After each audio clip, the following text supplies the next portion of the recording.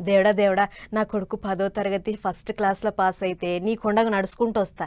మా బిడ్డకి ఎంసెట్లో మంచి ర్యాంక్ వస్తే నా నెత్తి తీసుకుంటా. మా షిన్నోనికి కాలేజీలో సీట్ వస్తే నీ హుండీలు ఇంత బంగారం వేస్తా. ఇగో గిట్లుంటాయి జనాల మొక్కులు. మరి ఆ మొక్కులన్నీ తీర్చుకోవాలంటే పొల్లగాళ్లకు బళ్ళు చాలు కాకముందే పోవాలి. అందుకే ఇగో గింత రద్దీ తిరుపతిలో. ఇక చూడురు మీరు. ఏడు కొండలవాడ వెంకటరమణ గోవింద గోవింద అని అనుకుంటా తిరుమల కొండ భక్తులతోని కిక్కిర్చింది. శనివారం వెంకన్న స్వామికి పాయరమైన రోజు కదా, అందుకే ఈ వారం తప్పితే మళ్ళా వారం పోతానికి తీర్బాటకం దొరకదని తిరుమలకు బండ్లు కట్టిర్రు భక్తులు. ఇక చూడుర్రి బండ్ల రువడి ఎట్లున్నదో. జప కదలక అలిపిరి దాకా తట్టినాయి. పైకి పోయే తోవ మొత్తం ఫుల్ ట్రాఫిక్. ఇక పైకి పోయి చూస్తే ఏముంది, జనంతోని కొండ మొత్తం నిండిపోయింది. గుడి ముంగట మెట్ల తొవ్వల క్యూ లైన్ల ఏడ చూడు జిబ్బనే.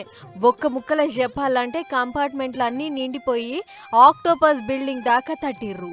సర్వదర్శనానికి 24 గంటల టైం పడుతుంది. అయినా సరే బళ్ళు ఎట్లాగో చాలైనాయి కాబట్టి మళ్ళా వస్తానికి టైం దొరకదన్నట్లు ఓపిక మట్టి దర్శనాలు చేసుకుర్రు. మొత్తానికి పుట్టవగిలి చీమలు వచ్చినట్లే రాంగా కొండ మొత్తం కుత ఉడికింది. అటు వచ్చిన భక్తులకు ఎసొంటి తిప్పలా కావద్దని అన్నప్రసాదము, పాలు, నీళ్లు, సల్లబొట్టు రికాం లేకుండా అందిస్తూనే ఉన్నారు గుడి అధికారులు.